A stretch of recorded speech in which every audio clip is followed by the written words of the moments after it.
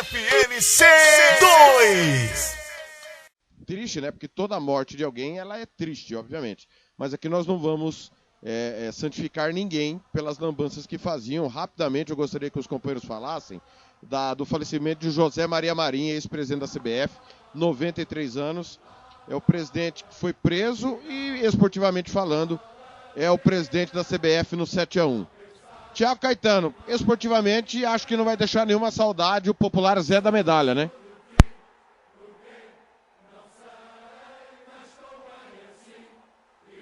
Caetano? Opa, Telef, pode repetir, por favor?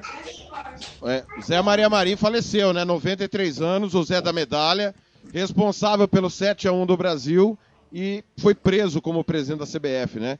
A gente lamenta a morte da pessoa, mas não deixa saudade, né? Não vai, e não vira santo, né, Thiago? Não vai virar santo. É um cara que fez muito mal pro futebol brasileiro. Foi um dos que foram presos, né? Mas assim, teve muita gente que não foi preso, que também deveria ter sido. Um cara que só pensou nele todo o tempo, só fez política no futebol. E pro futebol brasileiro não deixou nada de legado, nada. Então, lamento pela família, acredito que os parentes devem estar bem chateados, ou não também, né? Mas pro futebol, que é o nosso tema aqui, não vai deixar saudade nenhuma.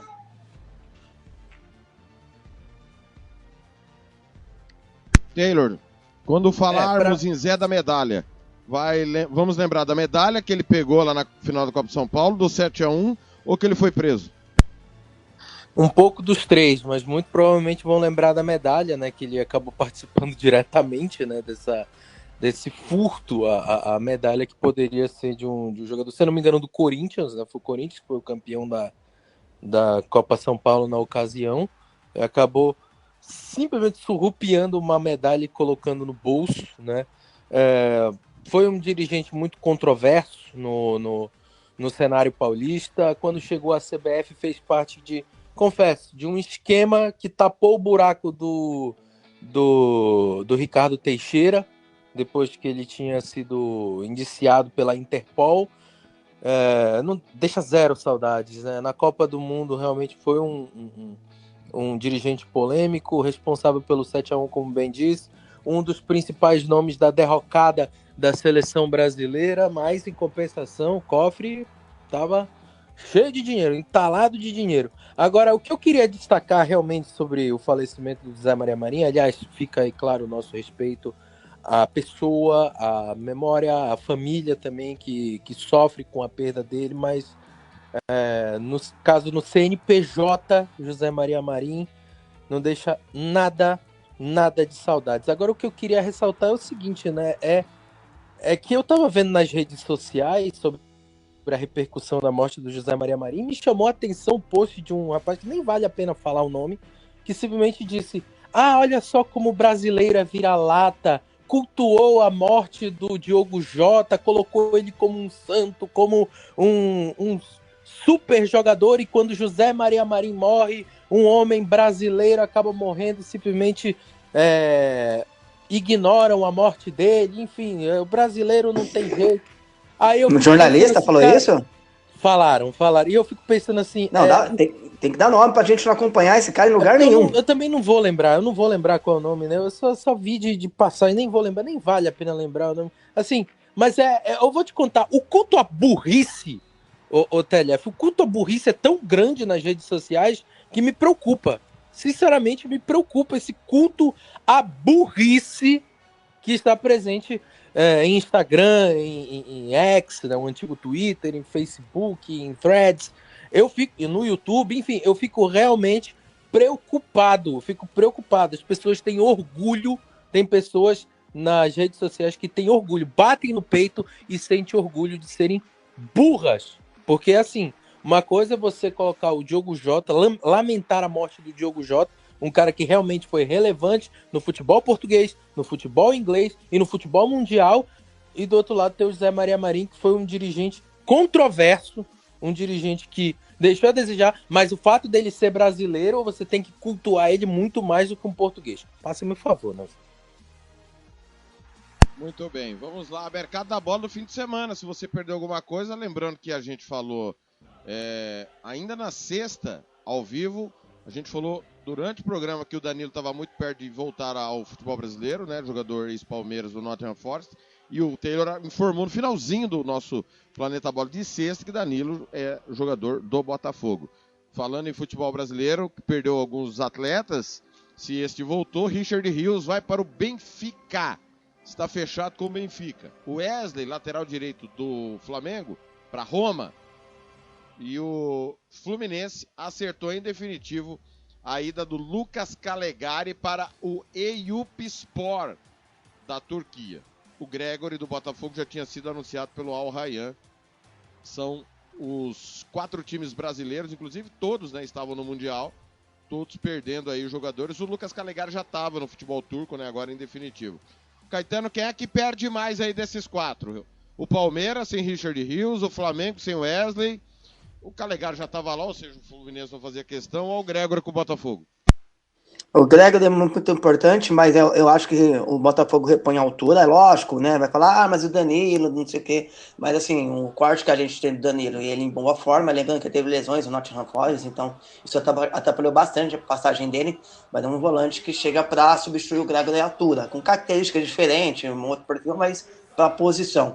O Wesley é uma perca importante para o Flamengo, mas eu acredito que lateral você consegue repor, até porque o Wesley ele teve bons momentos, assim, de um tempo para cá, de uns meses para cá, que ele começou de fato ser o titular absoluto do Flamengo, até chegando na seleção brasileira, tudo, mas teve essa alternância. Agora o Rios é uma perca bem complicada para o Palmeiras, até porque a gente não sabe quem que o Palmeiras vai contratar para a vaga do Rios, né?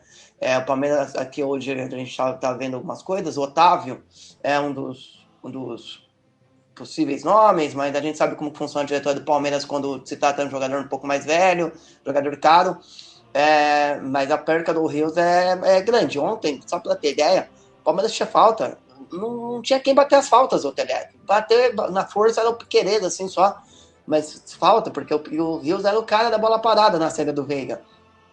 O Rios é o cara que dá dinâmica pro jogo do Palmeiras. O Evangelista não é sombra do Richard Rios.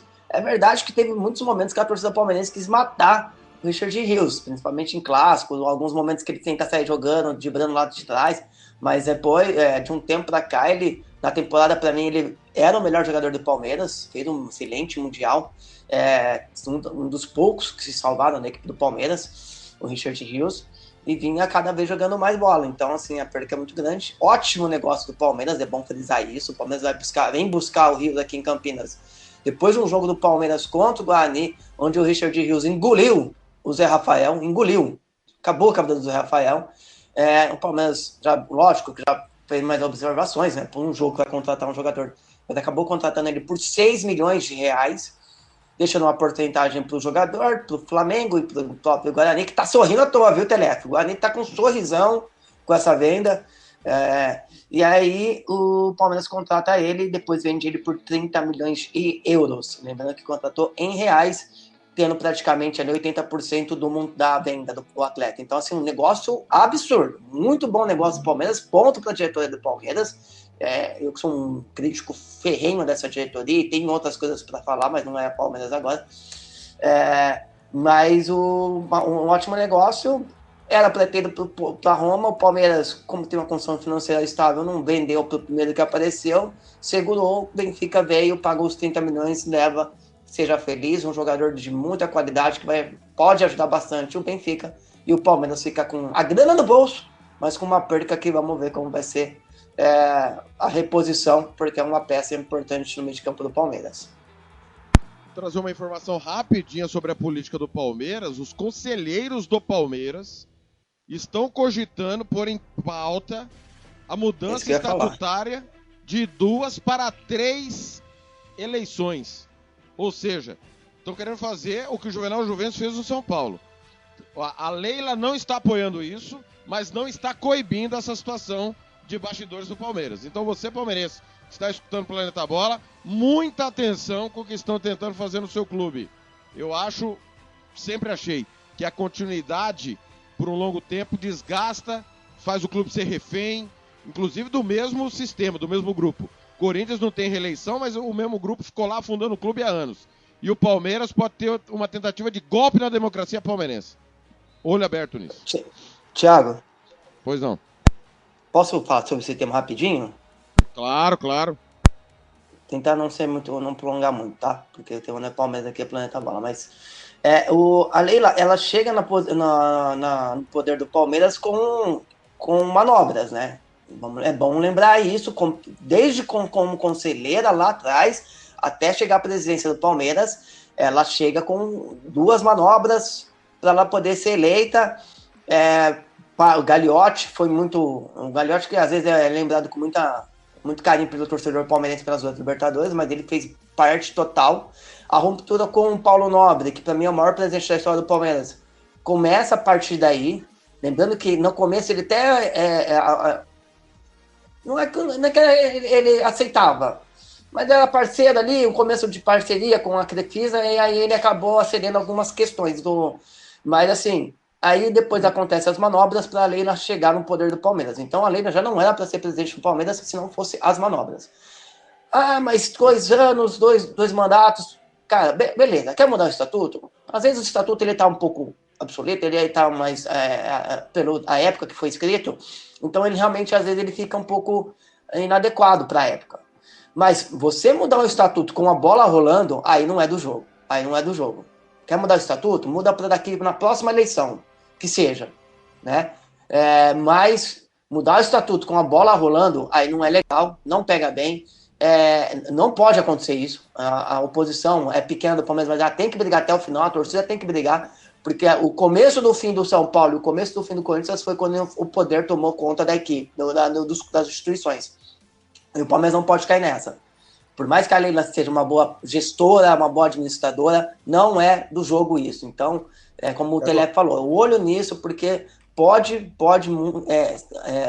vir a atrapalhar demais o futuro da equipe palmeirense, que hoje tem uma estabilidade muito grande, é um poderoso futebol brasileiro, mas se quiser o começo do fim, esse terceiro mandato da Leila. Que seja o grupo dela que entre, mas na eleição, na democracia, e não com a bola rolando do jeito que eles querem fazer. Vamos falar do Feyenoord, que anunciou Gonçalo Borges, apresentou já, inclusive, chegou de helicóptero lá no The Equip Stadium, o Gonçalo Borges, que estava nos planos do Botafogo. Ele chega do Porto por 13 milhões de reais por objetivo e 58,45 milhões de reais a compra do jogador. Então o Porto ainda pode ter um plus aí. Ele é o substituto imediato do Santiago Jiménez, que foi pro Milan na janela do meio do ano, no meio da temporada, em janeiro. O Feyenoord conta já com uma possível perda. Igor Paixão está nos planos do Olympique de Marseille, aliás, está muito perto de acertar, Taylor, com o Olympique de Marseille, que também deverá anunciar o antigo velho conhecido Pierre-Emerick Aubameyang, que estava no futebol saudita, no Al-Qadisiyah, e deve retornar para a disputa da UEFA Champions League. Aubameyang e Igor Paixão no Olympique de Marseille, Gonçalo Borges no Feyenoord, meu caro Taylor. Bons nomes, hein? Gonçalo Borges vindo para o Feyenoord, o Botafogo queria a presença desse atleta, mas muito provavelmente ele preferiu continuar na Europa, continuar no mercado europeu e aceitou a proposta do Feyenoord que vem sendo o grande nome do futebol holandês, é o atual campeão da Eredivisie, depois da pipocada gigantesca do Ajax, mas de qualquer forma é o campeão holandês, tem uma equipe, um plantel interessante, tem um time muito bom, contratou recentemente o filho do Mark Van Bommel, que estava no AZ Alkmaar, e agora vai montando um bom time domesticamente, né? Também vai sendo um grande time que vai se montando também para os campeonatos europeus. A equipe do Feyenoord, Rotterdam, enfim, vai ter motivos para festejar com um time bem competitivo, bem interessante, sob o comando dele, Robin van Persie, controverso, verdade, mas foi o ídolo do Arsenal, jogou muito bem também no Manchester United e agora está no comando da equipe do Feyenoord. Enfim, né, fica aí toda a expectativa então para a chegada do Gonçalo Borges. Veio de helicóptero para a banheira, tem toda a moral. Isso não dá certo, cara. Não, só um pouquinho. O Taylor, o Van Bommel não foi pro Feyenoord, tá? PSV e quem pipocou foi o Ajax mesmo, mas o bicampeão é o PSV, tá? Do professor Peter Bosz. Exatamente isso. Que o Telé falou que era o novo Klopp. Lá vem, vai começar aí já. Enfim, mas brincadeiras à parte, o Feyenoord vai se mostrando muito forte por essa temporada. Ele está se preparando aí para uma temporada 25-26 super interessante, que tem Eredivisie, tem, enfim, né, tem Europa League também, ou melhor, Champions League, que já está se preparando aí a equipe do Feyenoord para mais essa temporada e com certeza vai ser uma pedra no sapato dos gigantes do futebol europeu, TLF. Ano passado tirou o Milan, né? Pra quem não lembra, pois não. O Igor Paixão, que também teria mercado, mais mercado do que o Olympique de Marseille, excelente jogador. Eu queria demais um ataque do Igor Paixão com o Zé Love e Wagner Love ser o ataque do amor. Ô, louco. O Bernardeschi está de volta ao futebol italiano. É novo reforço do Bolonha. Bolonha tá montando um time aí curioso, hein? Pra disputar a Europa League, né? Disputou ano passado a Champions. Esse ano vai estar a Europa League. Tá com moral, né, o Bolonha, né, o TLF? Tá com moral, campeão da Copa da Itália, vem com... Depois de anos tem um patch de campeão na... Chegou Immobile, né, cara? Immobile e Bernardeschi no Bolonha, Taylor. Cara, eles conseguiram tirar o Immobile da Lazio, hein? Conseguiram tirar o Immobile da Lazio. Não, o Immobile tava na Turquia. É, Besiktas, perdão, Mas enfim, né? Mas se voltasse para o futebol italiano, com certeza seria alvo da Lazio. Mas vem para o Bolonha, realmente está com um plantel interessante, né? Isso com certeza tem dedo do Vincenzo italiano, que já está preparando um grande time para essa temporada aí. Time velho, tá montando time de velho, Bolonha. Também, mas é um time de velho interessante. Se aqui no Brasil, nossa! Olha o time de idoso que tá montando o Fluminense. O Bolonha também tá montando um time de velho. E o Fluminense chegou aonde? Né? Semifinal de Copa do Mundo, né? Tá no... E no brasileiro tá voando. Você é muito ranzinza, o Caetano, muito ranzinza, cara. Não, sou realista. Taylor, o pior não é isso. O pior são os maldosos. Tem muita gente maldosa, Taylor. O pessoal dizendo assim... Caetano é um deles, né? Caetano é um deles. Com certeza. Com certeza. O pessoal dizendo assim, foi só o Vitinhas italiano sair da Fiorentina que ele foi campeão. Duas vezes na Europa League, né, Taylor? Bateu na trave contra o West Ham numa final e depois contra o Olympiacos, Taylor. Bolonha é bem maior que a Fiorentina, Thiago.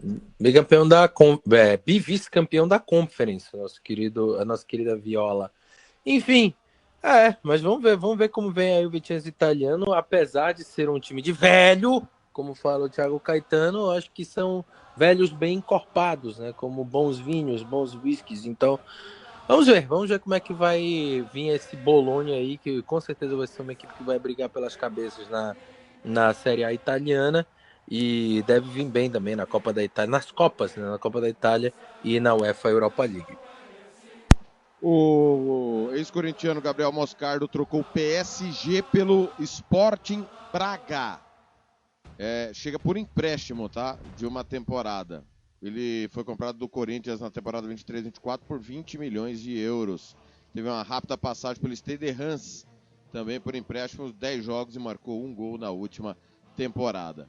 Ainda falando de jogadores sul-americanos, o Real Betis buscou no Nacional um reforço. O atacante Gonçalo Petit, 18 anos, deixa o tricolor uruguaio após 36 jogos e 12 gols marcados. Na atual temporada, ele fez 6 gols e uma assistência em 20 jogos. Lembrando que o Nacional não ganhou ainda nada na atual temporada, né? O Liverpool foi o campeão do Apertura e o Peñarol nos pênaltis ganhou o intermédio exatamente sobre o Nacional. Fechando os sul-americanos, o Romarinho, o ídolo corintiano, 34 anos, está de volta ao futebol brasileiro. Ele que saiu do Bragantino para o Corinthians, agora vai para o Vitória nessa luta contra o rebaixamento. Ele que esteve no futebol saudita dos Emirados Árabes e também no futebol do Catar. O último clube dele foi o Al Rayyan, onde jogou apenas 3 vezes. Para a gente fechar, a Inglaterra. Apresentado o Maduê, que nós informamos durante ainda o Mundial de Clubes, né? Entre a semifinal e a final, a gente informou que o Chelsea tirou ele da relação porque ele estava negociando com o Arsenal e foi apresentado nesse final de semana.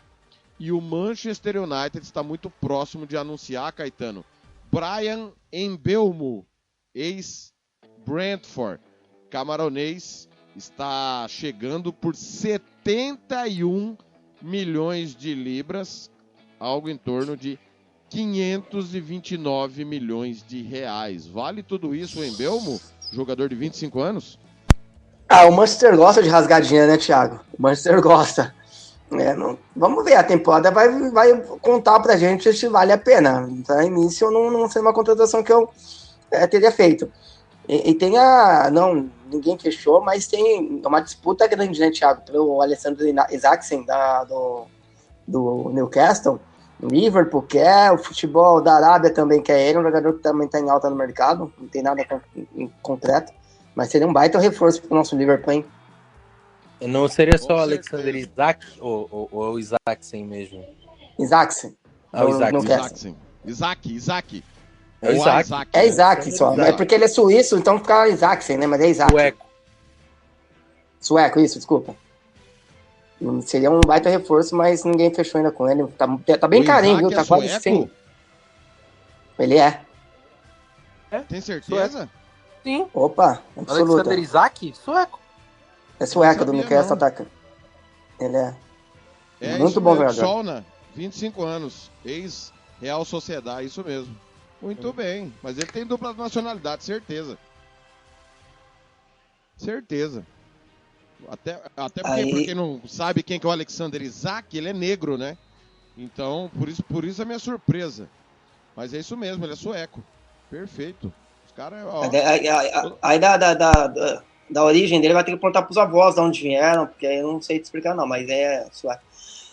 Mas é um atacante que cairia muito bem nesse time do Liverpool, né? Seria uma contratação assim, absurda. Eritreia.